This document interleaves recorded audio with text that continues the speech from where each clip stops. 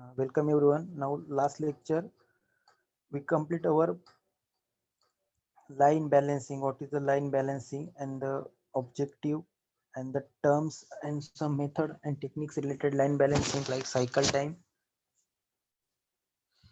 then lead time, bottleneck, task precedency,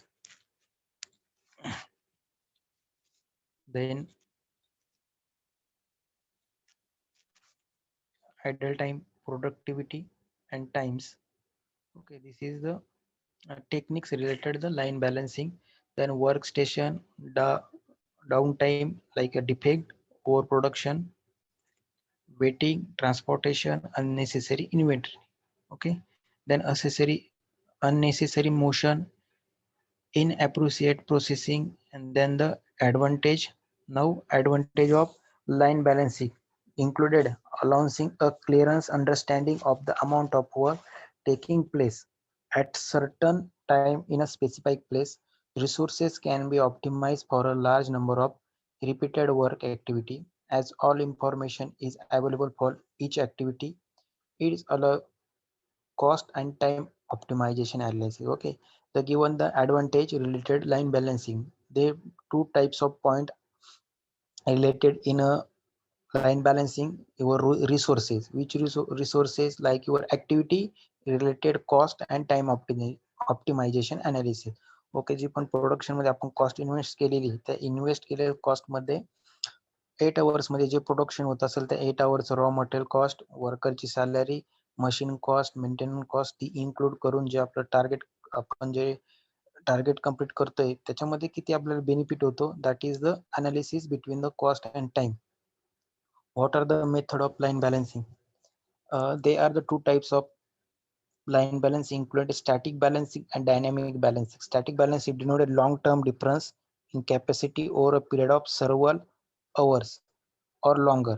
And static imbalance result in the like a workstation, machine and people. Okay, simple say a static balance is the long-term difference capacity over the period of several hours.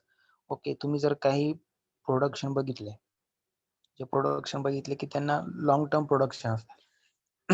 आपण बघितले nut bolt असतात, nut bolt directly ready होतं. आपण sugar फॅक्टरीचं example गेलो तर आज जर आपण केन प्रोसेसिंग केली, आज जर आपण जो ऊसाची जर केन प्रोसेसिंग केली तर जी साखर असते ती आपल्या तिसऱ्या दिवशी म्हणजे ती 70 hourच्या अबो प्रोसेस झाल्यानंतर ती साखर रेट तयार होते. Okay, that is a long term process. Simple तुम्ही आता जे कोरोनाच्या याच्यामध्ये रेमडेसिवीर इंजेक्शन बघितलं असाल, ते इंजेक्शन रेडी केल्यानंतर, इंजेक्शनचं प्रोडक्शन केल्यानंतर ते इंजेक्शन ह्युमन बॉडीला देण्यासाठी 2 वीकचा कालावधी लागतो. म्हणजे एकदा रेडी केलं, प्रोडक्शन झालं, ते रेडी केलं, सपोज त्याची प्रोसेजर 8 hours मध्ये कंप्लीट झाली, पण कंप्लीट झाल्यानंतर त्याचा यूज हा 2 वीक्सने केला जातो. म्हणजे 2 वीक्स नंतर त्याचा यूज केला जातो. म्हणजे प्रत्येक प्रोडक्शन जे असतं त्याची एक ऍक्टिव्हिटी म्हणावं लागेल किंवा त्याची रिसोर्सेस असतील की त्या टाइम मध्ये आपण ते यूज करतो. That is the static balance. काही प्रोडक्ट जर तुम्ही बघितले, bakery product related, bakery product जर तुम्ही बघितले, बेकरी प्रोडक्ट हे कमी टाइम मध्ये रेडी होतात. सपोज तुमचं जर पनीर असेल, पाव असेल, जे ब्रेड्स असतील, हे कमी टाइम मध्ये प्रोडक्ट रेडी होतात. आणि कमी टाइम मध्ये याचं म्हणजे short process for the capacity, short process मध्ये तयार होता आणि त्याची वाली जी एक्सपायरी डेट असते ही पण शॉर्ट असते as compare too long term process. That is your static balancing means long term difference capacity over the period of several hours.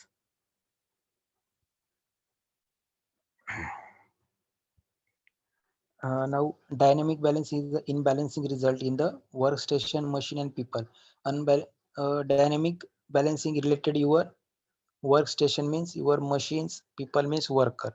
The factor is related your worker and machines. Now simple say static balance is the production related. म्हणजे जे पण तुमचं static balancing म्हणजे जे production असेल त्या कंपनीचं, त्या प्रोडक्शन रिलेटेड जे पण प्रोडक्ट असतील त्या प्रोडक्टची टर्म किती, म्हणजे लॉंग टर्म प्रोसेस असेल की शॉर्ट टर्म प्रोसेस असेल प्रोडक्ट रेडी होण्याची, म्हणजे raw material to finish product, that is statics. Dynamic means the factor included like your work station, machine and peoples. Okay, this is the two types method in line balancing. Now step in solving the line balancing. There are the 4 steps in solving line balancing. Okay, The drawing precedency diagrams. First step is a line precedency diagram. Now, precedence diagram needs to draw to demonstrate a relationship between the workstation. Certain process begin when previous process was done. Simply say line processing is as compared to like your critical path method.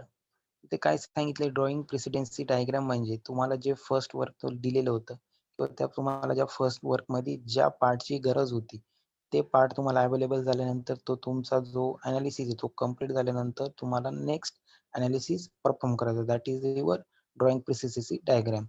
Now the determining cycle time. Sorry, determining cycle time. Cycle time is the longest time allowed at each station. This can be expressed by the formula. The cycle time formula is available time and desired output.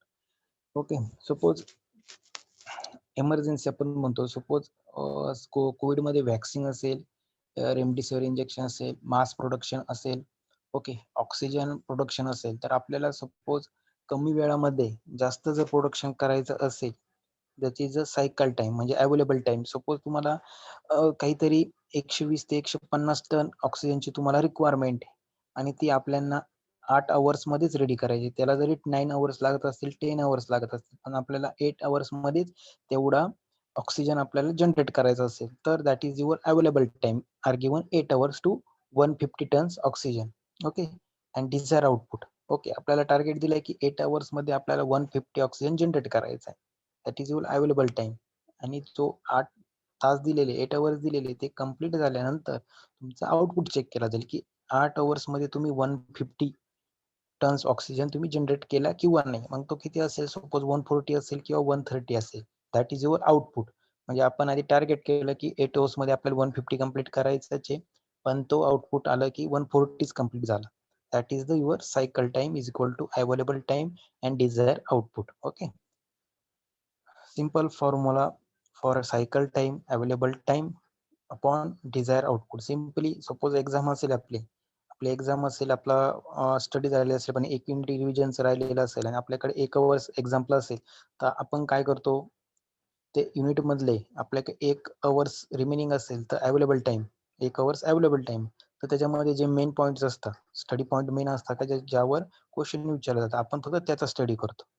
Okay, त्याचा study करतो पूर्ण. आणि त्याचा study केल्यानंतर जेव्हा तुमची exam start होते आणि एक्झाम एंड होते तेव्हा तुम्हाला कळतं की जे आपण स्टडी केलं होतं 1 आवर्स मध्ये ते आपल्याला किती क्वेश्चन त्या रिलेटेड आपल्याला आले किंवा आपण सॉल्व्ह केले. That is your output, desired output. Now cycle time is equal to available time divided by desired output. Now assigning tasks to workstation. The task distribution should be taken after completing in a cycle, completing a time cycle. It's good to allocate tasks to workstation in order of longest task time. Assigning tasks to workstation. Simple distribution. So मी तुम्हाला सांगितलं की suppose आपल्याकडे मी तुम्हाला सांगितलं mass production, सध्या कशाचे सगळ्यात emergency mass production, vaccination, त्याच्यानंतर इंजेक्शन, रेमडेसिवीर इंजेक्शन असेल, मेडिकल इक्विपमेंट असतील किंवा मेडिसिन असतील, त्यानंतर ऑक्सिजन असेल. That is a task. Assigning task म्हणजे तुम्हाला कमी वेळामध्ये जास्त प्रोडक्शन करायचंय व तुम्हाला डिस्ट्रीब्युशन केलं जातं. जे पण असेल ते डिस्ट्रीब्यूट केलं जातं वर, की एक कंपनीला पूर्ण टाइम दिला जातो फॉर मास प्रोडक्शन, एक कंपनी असेल त्याला पूर्ण इंजेक्शन असेल, एक कंपनी मेडिसिन असेल, त्याच्यानंतर बाकीच्या असतील त्यांना ऑक्सिजन रिलेटेड, म्हणजे असे ते डिस्ट्रीब्यूट केलं जातं. Assign to task to work station. प्रत्येक वर्क स्टेशनला वेगवेगळं वर्क डिस्ट्रीब्यूट केलं जातं. Okay, that is your completely distribution tasks. It's to allocate tasks to workstation. Okay, allot केलं आपण प्रत्येक वर्कस्टेशनला in the order of longest task times. मग त्याच्यामध्ये कॅल्क्युलेट केलं जातं की जे पण आता सपोज रेमडेसिवीर इंजेक्शन बघितलं की ऑक्सिजन मध्ये यांना जास्त टाइम लागणार आहे as compare to mass production and vaccination related या दोन गोष्टींना जास्त टाइम लागणार. दॅट इज द मग see the which times is more than for the work station. म्हणजे वर्क स्टेशन असेल त्याच्यामध्ये कोणत्या प्रोडक्शनला जास्त टाइम लागणार आहे ते आपण टाइम सायकल मध्ये किंवा टास्क मध्ये ते कम्प्लीट केलं पाहिजे. That is the formula is given for task number of work station. किती number of work station is equal to task time and desire actual time. Okay, आपण बघितलं एखादं काम अलॉट केलेलं, आपण एखादा टायमिंग देतो. तुम्हाला एक टायमिंग दिलेला असतो की 1 आवर्स दिले तुम्हाला हे टार्गेट कंप्लीट करायचं. हे टार्गेट कंप्लीट करण्यासाठी तुम्हाला टायमिंग दिलेला असतो. ओके, आणि टास्क टाइम दिलेला असतो. म्हणजे ते ते वर्क हे सपोज आता ऑक्सिजन सिलेंडर आहे. एक ऑक्सिजन सिलेंडर असेल, जे आपण सिलेंडर बघितलं असेल तुम्ही, ते ऑक्सिजन सिलेंडर तेवढा ऑक्सिजन जनरेट करण्यासाठी किंवा रेडी होण्यासाठी त्याला एक टाइम दिलेला असतो. सपोज दिलेला असेल 50 मिनिट दिलेलं असेल, तेवढं सिलेंडरचं ऑक्सिजन जनरेट होण्यासाठी आणि फिल करण्यासाठी 50 मिनिट दिलेले असतील. Okay, that is a task 50 minutes असतील. ऍक्च्युअल टाइम तो 50 मिनिट लागतो. पण टास्क टाइम काय की आपल्याला 40 मिनिट मध्येच आपली जी स्पीड असेल ते आपल्याला फास्ट करून जो आपला ऑक्सिजन जनरेटर प्लांट असेल त्याच्यामध्ये काही आपले मेकॅनिझम किंवा आपली सिस्टीम यूज करून जो 50 मिनिट्स असतील तो 40 मिनिट मध्ये आपण तो सिलेंडर कसा फिल करू शकतो. म्हणजे आपला क्लिअरन्स टाइम असेल, कुठे आपला टाइम जात असेल तो कमी करून आपण 10 मिनिट्स मायनस करून 40 मिनिट मध्येच तो सिलेंडर आपल्याला ऑक्सिजन जनरेट करून फिल करायचा आहे. That is the your desire. Your actual time is 50 minute आणि actual task time is a 40 minute. Okay, त्याला 50 मिनिट लागतात, पण इमर्जन्सी असल्यामुळे आपल्याला तो टास्क हा 40 मिनिट मध्येच कंप्लीट करायचा असतो. That is the number of workstation is equal to given a task time by desired actual time. Okay, मग तो वर्कस्टेशनचा कसा कॅल्क्युलेट केला जातो, जो दिलेला असेल तो ज्या मिनिट मध्ये टास्क टाइम कंप्लीट करायचा तो टाइम डिवाइड त्याला मॅक्झिमम लागणारा desire actual time. Now calculating any efficiency line. This is the done to find the effective of the lines. The formula is given by also finding the line efficiency is equal to sum of task times sum of. आता इथं आपण बघितलं number of work स्टेशनचं calculate केलं. 4 work स्टेशनला 4 work divide केले. Mask, vaccine, remdesivir injections, like medicine और oxygen. हे आपण नंबर ऑफ स्टेशनला वेगवेगळे डिस्ट्रीब्यूट केले आणि प्रत्येक स्टेशनचं एक एक कॅल्क्युलेट केलं आपण. ओके, त्याच्यानंतर आपण लाईन इफिशियन्सी कॅल्क्युलेट करणार. Line how to calculate line efficiency, sum of task by number of work station x desire cycle time. मग नंतर लाईन इफिशियन्सी कशी कॅल्क्युलेट करणार, सम ऑफ म्हणजे टास्क टाइम ज्या वर्क स्टेशनला तुम्ही सेपरेट सेपरेट दिलेले प्रत्येक वर्क स्टेशनचा टाइम कॅल्क्युलेट करायचा तुम्ही. प्रत्येक वर्क स्टेशनचा टास्क टाइम कॅल्क्युलेट केल्यानंतर त्यांची पूर्ण जाणं यांची ऍडिशन म्हणजे सम ऍव्हरेज काढायचं. That is the sum of task time by number of work station exact desire cycle time. Last आपण जो फॉर्म्युला बघितला सायकल टाइमचा, हा सायकल टाइम प्रत्येक वर्क स्टेशनचा जे प्रोडक्शन असेल, मास, इंजेक्शन असेल, मेडिसिन असेल, ऑक्सिजन असेल, मग त्याचा सायकल टाइम जो काढायचा average time divide by desire time तो इथे इथे पुट करायचा. ओके, आणि जो सम ऑफ टास्क टाइम असेल जो आपण हा स्टेशनचा कॅल्क्युलेट करू त्यांची सम तो इथे पुट करायचा. That is the line efficiency equal to sum of task time divide by number of work station x desire cycle time. Now this is a line balancing graph. They are given a process, different types of process 1 2 3 4 5 workstation असतील त्याच्यामध्ये process असेल. प्रत्येक प्रोसेसला suppose bottle असेल तुमची, suppose आता vaccine असेल, वॅक्सिनसाठी बॉटलचा एक सेपरेट असेल. प्रोडक्शन करण्यासाठी बॉटल प्लांट पण तुमच्याकडे इनबिल्ट असेल. त्याच्यानंतर त्याचे लिक्विड तयार करण्यासाठी वेगळी प्रोसेस असेल. टँक असतील, liquid tank, separate liquid tank असतील, त्याच्यामध्ये काय इनबिल्ट केला जाईल. ओके, तो एक सेपरेट प्रोसेस असेल. त्याच्यानंतर तो बॉटलमध्ये इन्सर्ट केला जाईल, त्याच्यानंतर टेस्ट केला जाईल, त्याच्यानंतर तो पॅकिंग केला जाईल. म्हणजे प्रत्येक ही प्रोसेस ही सेपरेट असते. त्या different types of processing like process 1 2 3 4 आणि 5. मी सांगितलं तुम्हाला ऑक्सिजन ऑक्सिजन पण जे आपल्याला जर जनरेट करायचं असेल तर ऑक्सिजन जनरेट करण्यासाठी पण काही प्रोसेस असते की त्या प्रोसेसमध्ये जावं लागतं. सपोज एक्झाम्पल आपण शुगर फॅक्टरीचं घेतलं होतं की जर तुम्हाला शुगर म्हणजे साखर जर प्रोडक्शन करायची असेल तर स्टार्टिंगला काय केलं जातं, सपोज त्या मिलिंग मशीन असतं तुमच्या. ओके, क्रशिंग मशीन, त्या जवळजवळ 3 ते 5 क्रशिंग मशीन असतात. त्याच्यामध्ये आपण काय करतो, केन टाकतो, ऊस टाकतो, ऊस केल्यानंतर तो क्रश केला जातो. क्रश केला म्हणून त्याला क्रशिंग म्हणतात.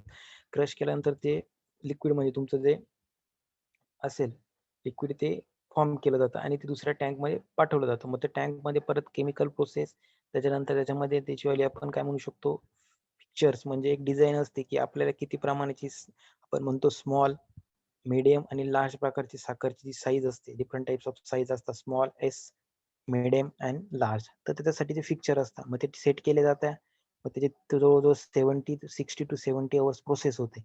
ओके, म्हणजे प्रत्येक प्रोसेस टाइम म्हणजे आधी क्रशिंग होणार, त्याच्यानंतर स्टोअर होणार, त्याच्यामध्ये काही केमिकल मिक्सचर केले जातात, त्याच्यानंतर फिक्चर केले जाईल, नंतर प्रत्येक पार्ट हा सेपरेट होईल. एक स्मॉल साठी प्रोसेस होईल, एक मिडियम शुगर आणि एक लार्ज शुगर, हे डिफरंट टाइप्स ऑफ.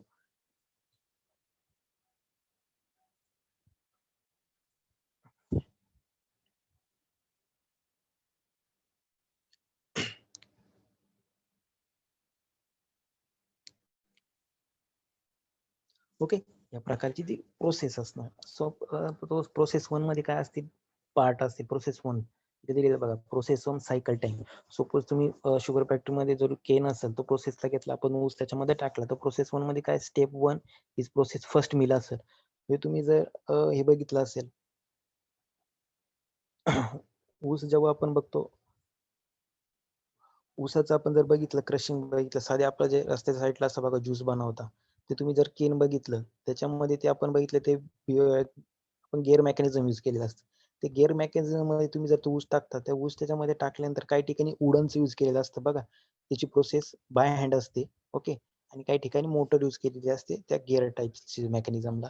मग त्याच्यामध्ये ऊस टाकल्यानंतर एकदा तुम्ही क्रश केला ऊस, एकच ऊस क्रश केल्यानंतर सपोज त्यातून 20 ml रस आला, त्याच्यानंतर परत क्रश करतो आपण, परत आपण 3 ते 4 वेळेस प्रोसेस करतो. म्हणजे एका ऊसाची प्रोसेस आपण क्रशिंग 4 ते 5 वेळेस करतो. त्याच्यानंतर मग पहिल्यांदा 20 ml निघतो, परत 5 ml, 5 ml, 3 ml, 2 ml, असा तो टोटल एक कॅन मधून 50 ml पर्यंत सपोज तुमचं वाला ते लिक्विड निघतं, म्हणजे रस निघतो तो. ओके, जो ज्यूस असतो तो ऊसाचा ज्यूस निघतो. ओके, मग ती प्रोसेस झाली. मग प्रोसेस वन स्टेप वन, स्टार्टिंगला तुम्ही ऊस त्याच्यात टाकला, ती स्टेप वन प्रोसेस. परत तो ऊस दुसऱ्यांदा त्याच्यामध्ये प्रोसेस केला, स्टेप टू. परत तिसऱ्यांदा केला स्टेप थ्री, आणि परत चौथ्यांदा केल्यानंतर पूर्णपणे त्यातला जो ज्यूस असेल तो पूर्णपणे त्या मशीन थ्रू तो बाहेर येणार. That is the process one आणि स्टेप फोर. म्हणजे प्रोसेस एकच आहे की केन टाकलेला आहे, त्याला ज्यूस काढायचा आहे, पण 4 वेळेस करतो आपण. एकदा टाकतो, परत दुसऱ्यांदी मोल्ड करतो, तिसऱ्यांदी मोल्ड करतो, आणि पूर्ण त्याचा भुसा होईपर्यंत आपण ती स्टेप करतो. दॅट इज प्रोसेस वन आणि स्टेप फोर. आणि त्या टाइमला किती वेळ लागतो सायकल टाइम. स्टार्टिंगला तुम्ही ऊस टाकता त्याला टाइम कमी लागतो, तो सिंपल जातो. सेकंड टाइमला फोल्ड करता, परत त्याला टाइम जास्त लागतो. थर्ड टाइमला फोल्ड करतात, त्याला टाइम लागतो. मग that is your cycle time. Now next process two, simple से नेक्स्ट प्रोसेस. तर तुम्ही बघितला असेल ऊसाचा ज्यूस झाल्यानंतर तो काय केला जातो, क्लीन केला जातो. सपोज जो ग्लास असेल, ग्लासमध्ये आपण काय करतो, तो गाळला जातो. जो ऊस असेल तो गाळला जातो, म्हणजे सेकंड प्रोसेस. ओके, फिफ्थ आणि सिक्स तो गाळला जातो, आणि कशामध्ये, एका भांड्यामध्ये. नंतर कशात केला जातो, ग्लासमध्ये टाकला जातो. म्हणजे सेकंड प्रोसेस मध्ये फिफ्थ आणि सिक्स स्टेप झाली. त्याच्यानंतर परत प्रोसेस थ्री काय असते, काही बॉटलमध्ये आपण आईस टाकतो, काही जे तुमच्यावाले ग्लास असतील त्या ग्लासमध्ये आईस टाकतो. ही प्रोसेस थ्री आली. ते आईस टाकणार, त्या आईस मध्ये आपण रस टाकणार, म्हणजे ती प्रोसेस तुमची झाली 7, 8, 9. That is the process. Same this is the process we calculate in the cycle time.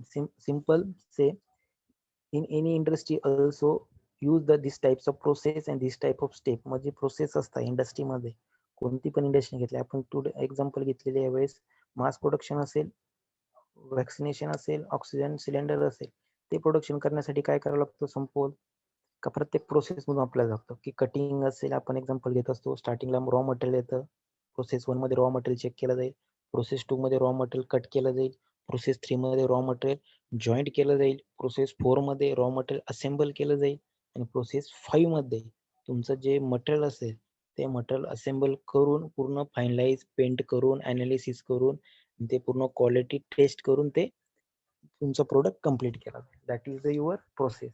प्रत्येक याच्यामध्ये प्रोसेस असते, आणि काही प्रोसेस मध्ये ते डबल स्टेप होत असतात. सपोज प्रोसेस आता कटिंग आहे, कटिंग एक मटेरियल कट केलं, परत दुसरं मटेरियल कट करावं लागतं, तिसरं मटेरियल करावं लागतं, स्टेप झाल्या प्रोसेस मधल्या.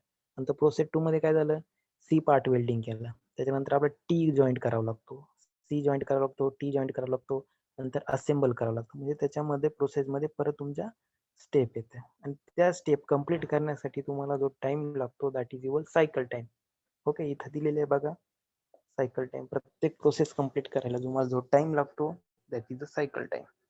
ओके, तुम्ही बघितलं, तुम्ही एखादा सब्जेक्ट स्टडी करत असेल, युनिटचा स्टडी स्टार्टिंगला तुम्ही कम्प्लीट केला प्रोसेसमध्ये, तर तुम्हाला जास्त वेळ लागतो. पण तुम्ही जर रिव्हिजन करायला गेलं तर तुम्हाला कमी वेळ लागतो. परत थर्ड रिव्हिजन केली तर अजून कमी वेळ लागतो. म्हणजे दॅट तो प्रत्येक प्रोसेसला आपण जो स्टेप डबल डबल जेव्हा करतो, रिवाइज करतो, तेव्हा ती सायकल टाइम हा कमी होत जातो.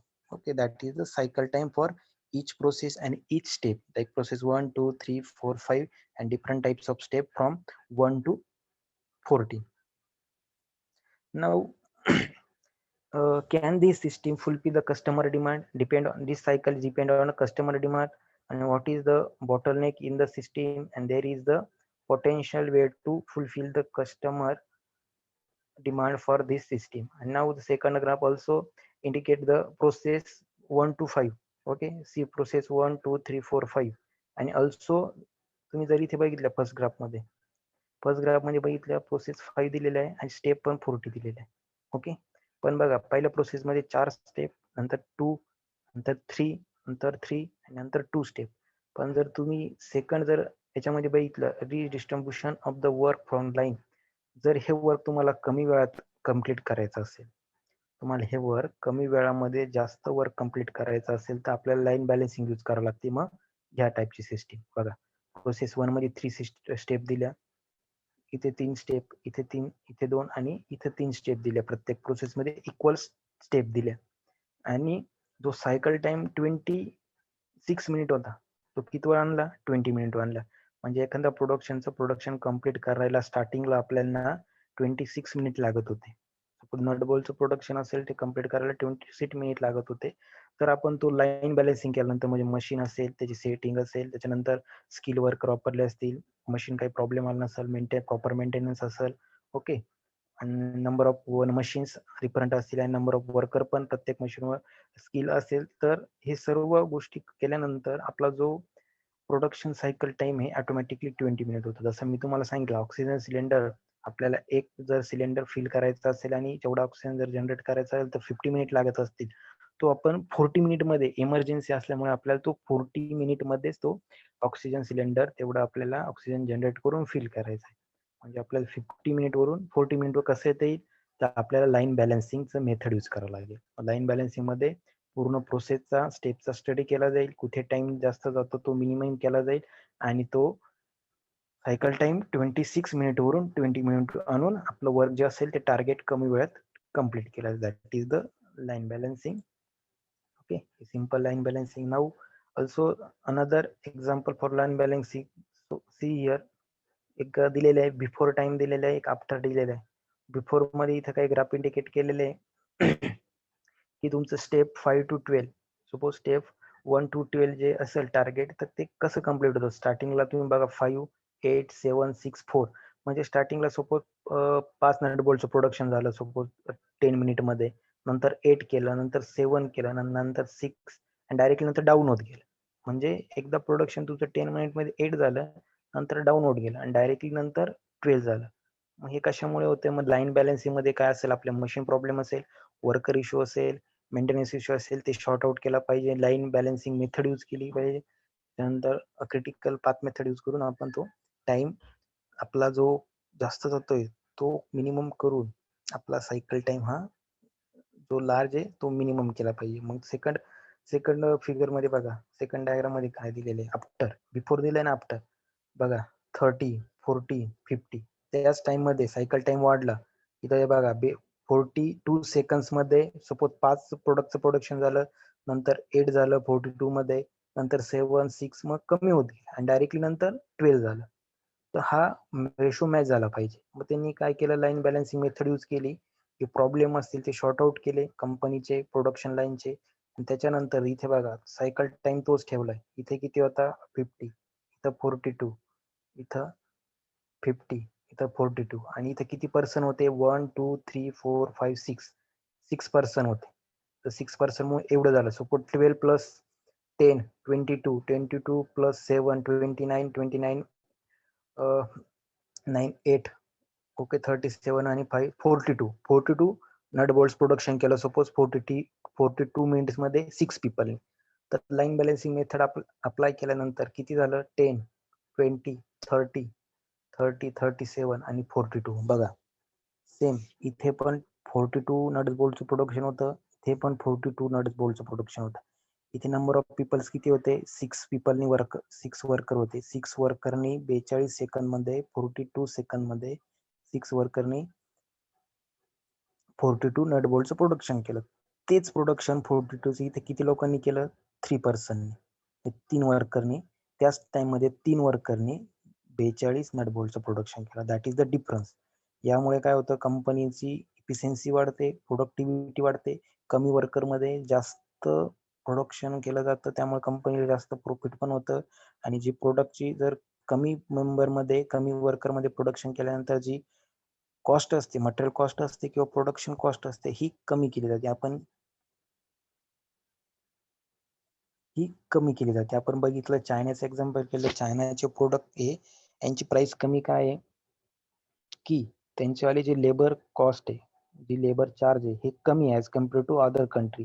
त्यामुळे त्यांचीवाली जे प्रोडक्ट असतात त्यांची कॉस्ट ही कमी असते as compare to other product. Okay, मग तुम्ही बघितलं इथे 6 पीपल 42 सेकंद 42 सेकंदमध्ये 42 नट बोल्ट प्रोडक्शन करता. आणि लाईन बॅलन्सिंग मेथड अप्लाय केल्यानंतर त्याच टाइममध्ये 42 सेकंदमध्ये 3 पीपल 42 नट बोल्टचं प्रोडक्शन करू शकतात. That is the difference for using the line balancing method in a industry और supply chain management. Okay, now the 8 waste of lean manufacturing. मग त्या कोणकोणत्या जे आपल्या वेस्ट असतात, म्हणजे कुठे कुठे आपला टाइम जाऊ शकतो, कुठे कुठे आपण स्टडी केला पाहिजे, कुठे लाईन बॅलन्सिंग आपण यूज मेथड केली पाहिजे, अप्लाय केली पाहिजे. That transportation, inventory, motion, waiting, over production. Waiting means raw material जर नसेल आणि तुम्हाला वेट करायला लागेल, दॅट इज द वेटिंग. किंवा एक पार्ट कट झाल्यानंतर दुसरा पार्ट लवकर जर त्या वर्करला मिळत नाही, that is also waiting for the production. And over production, over processing, defect. And this is a important defect. भरपूर कंपनीमध्ये डिफेक्ट प्रॉब्लेम असतो, म्हणजे मटेरियल जर वर्क करत असताना मटेरियलमध्ये 650 जो 600 रिंग असतील तर त्याच्यामध्ये 20-30 रिंग्स डिफेक्ट आढळतात. That is a main factor related in a lean manufacturing or line balancing defect. Then over processing, over production. This is the different 8 wastes of lean manufacturing: transport, inventory, motion, waiting, over production, over processing, defect, and talent. Now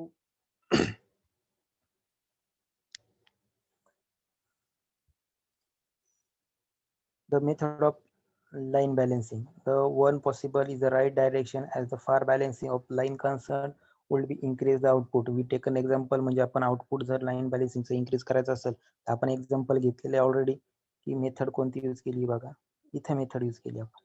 इथे use केली का 26 वरून आपण तेच production 20 मिनिटमध्ये केलं. आणि इथे पण तीच system we are using the line balancing, की जे वर्क जेवढ्या 6 पीपल मध्ये तेवढ्या टाइम मध्ये कंप्लीट इथे 3 पीपलनी तेवढ्या टाइम मध्ये कंप्लीट केलं. That is the these methods of line balancing. Like the second possibility is that another product may be sent close to first one so that some idle machines may be used jointly. The third possible may be estimate the output of the last workstation. This can be taken as the minimum output of the intermediate work. Okay, first possibility, second and third, तीन possibility दिलेले, की तीन possibility म्हणजे this is the possibility. First मध्ये 5 झाल्यानंतर 8 झाल्यानंतर 7 झाल्या. This is first possibility, 13, 14, 15. Okay, now this is another example. Rated operation time per unit as follow. The total working hours per month are 150. म्हणजे एका मंथ मध्ये जर त्या प्रोडक्शनचे 150 अवर्स असतील, the required production is of 140 unit per month. म्हणजे 150 hours आपल्याला 1 month मध्ये मिळतात आणि आपल्याला 450 युनिट्स पर मंथ मध्ये प्रोडक्शन करायचं आहे. That is suggest how the time should be balanced for maximum utilisation of machine and what the percentage of each machine time is idle. तर मग आपल्याला प्रत्येक युनिटसाठी सपोज 150 तास आपलं वर्किंग होऊ शकतं 8 तासानुसार, आपल्याला 450 जर युनिटचं प्रोडक्शन करायचं 1 मंथ मध्ये, तर आपण अनालिसिस करायचे की प्रत्येक मशीनला किती टाइम लागू शकतो, किंवा मशीनला मेंटेनन्ससाठी वेळ दिला गेला पाहिजे, क्लिनिंगसाठी वेळ दिला गेला पाहिजे. आणि प्रत्येक ऑपरेशन असतं, मशीनचे डिफरंट टाइप्स ऑफ मशीन असतात, डिफरंट टाइप्स ऑफ प्रोसेस आणि ऑपरेशन असतात. मग प्रत्येक प्रोसेसला किती टाइम लागेल ते कॅल्क्युलेशन करावं लागतं. 150 आणि 450चं प्रोडक्शन हे अनालिसिस करून ते कॅल्क्युलेशन करा. They are given different types of operation like 1, 2, 3, 4 आणि time per unit in a minute.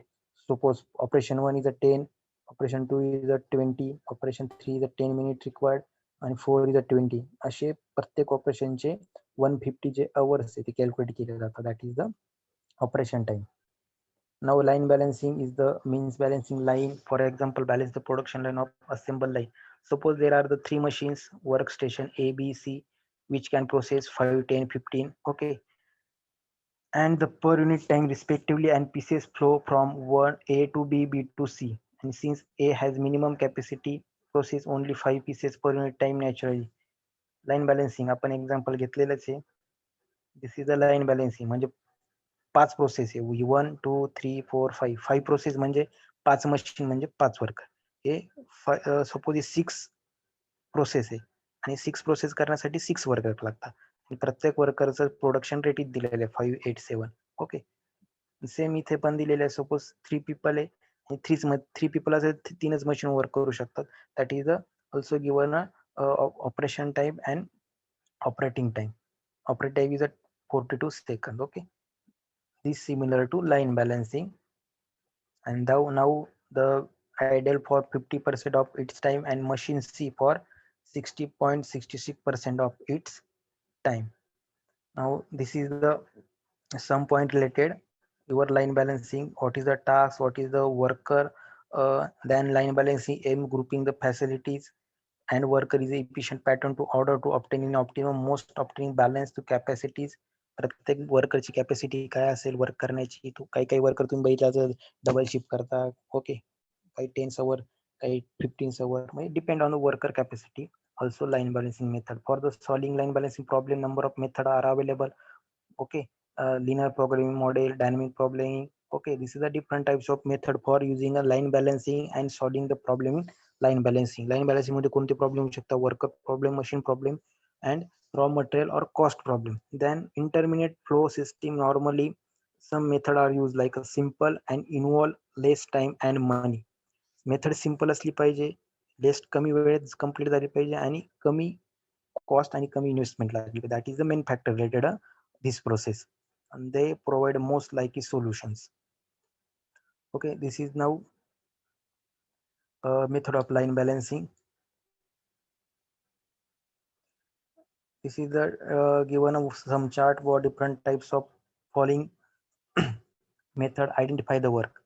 तुम्हाला सांगितलं की लाईन बॅलन्सिंग यूज करताना आपण जे पण वर्क करतोय आधी कोणतं प्रोडक्शन आहे, नटबोल्ट आहे, मास प्रोडक्शन आहे, किंवा इंजेक्शन, मेडिसिन, किंवा तुमचं ऑक्सिजन रिलेटेड कोणतं जॉबचं प्रोडक्शन आहे, ते वर्क कंडिशन काय आहे त्याचं तुम्हाला आधी आयडेंटिफाय करावं लागतं, स्टडी करावं लागतं. कारण break down the work into element task. त्याच्यानंतर मग जो पण आपण पार्ट बनवायचा, मग तो पार्ट आपल्याला प्रत्येक सेपरेट बनावं लागतं. त्यासाठी सेपरेट मशीन लागेल, सेपरेट वर्कर लागेल. मग ते कसं कम्प्लीट करायचं, कोणत्या मशीन कोणता वर्कर पाहिजे, स्किल वर्कर, कोणतं पार्ट बनवते, कोणता पार्ट हा हार्ड आहे, तर त्याचे अनालिसिस केलं जातं. त्यानंतर वर्क डिव्हाइड केलं जातं, टास्क प्रत्येकाला दिल्या जातात की हे वर्क आहे, हे तुला कम्प्लीट करायचं आहे. मग त्याला 8 आवर्स ड्युटी असेल, 10 आवर्स असेल, that is the your work and this is the your supply chain management. Okay, example दिलेले, स्टेप दिलेले, सपोज 1 to 9 स्टेप दिलेले.